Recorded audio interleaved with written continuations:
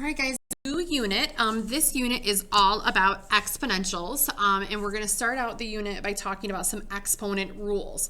So just a little breakdown on how the next couple of weeks are going to look. So we're going to finish this week up and finish these, some of these, well, we're going to start these exponent rules. Next Thursday, which will be the 25th, you'll have a quiz review.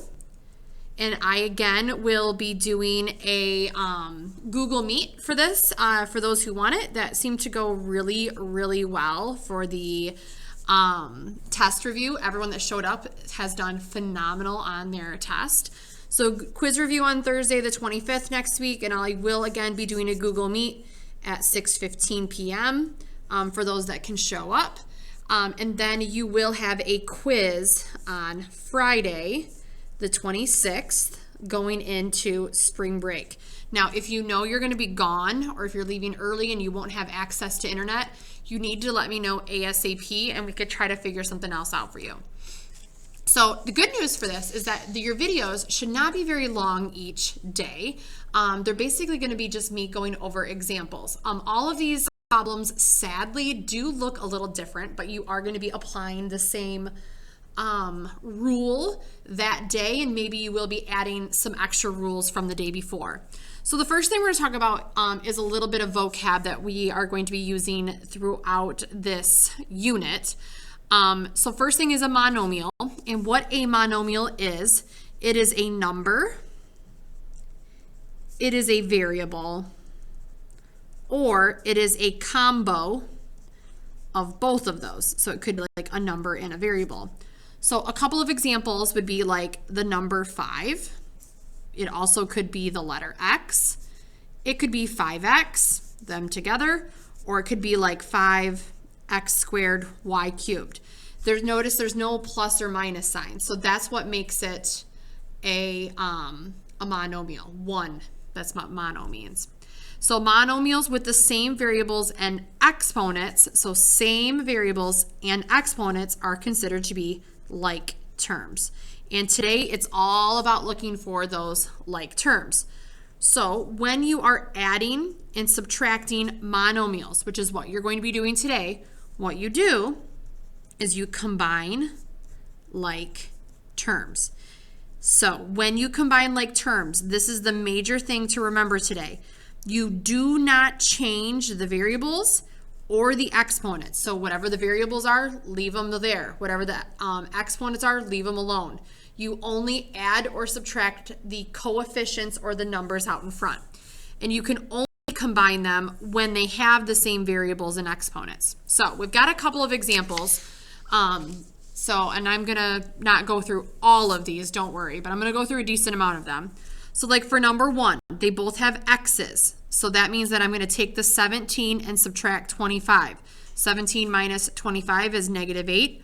And then just put the variable that they had in common on the end. That's it.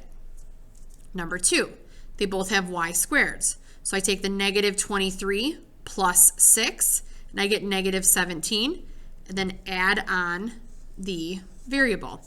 Now the squared is in the keyboard on Go Formative, so you are going to have to press the keyboard to get to the square. The cube is there as well. You're going to actually have to type in the 3, but that's on the keyboard as well. For number 3, both of these have an a cubed, both have a b, both have a c. So then I combine the numbers out in front. -15 plus 6 is -9, and then you just add your variables with their exponents on the end. I'll show you one more kind of like this. I feel like this is kind of like obvious. X squared and x squared, y and y. So take the numbers out in front. 38 minus 1. If there's no number there, it's a 1. So you get 37, and then add your exponents. Now you will come across situations like number 5 here. They both have an a, but this one has a b and this one has a c. So these are not like terms. If they're not like terms, then you actually can't add them together, and you just rewrite the problem as it is. So if that happens, again, you just rewrite the problem as it is. Let's bump this up a notch. Let's take a look at number 9 here.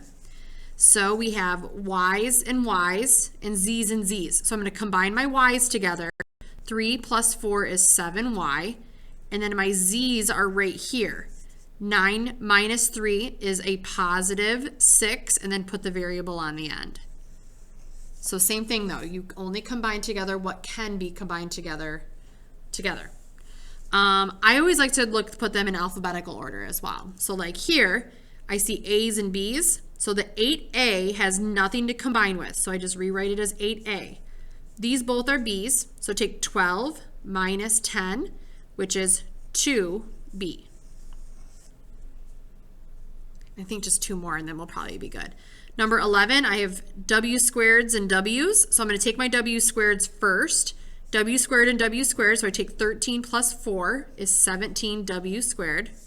And then here's my W's. 9 minus 31 is negative 22W. You do have to use the variable that they give you. You can't just change them all to X's. I know you're used to that, but you can't change them all to X's. And lastly is number 12 that we're going to go over today. I have M squared N. That's not the same. M squared N. So 10 minus 1 is 9M squared N. And then this 7MN squared has nothing to combine with. So today you're just going to be combining and leave the exponents as is, leave the variables as is, but only combine like terms. Tomorrow we're going to be adding to this little bit. Make sure you get your work done today.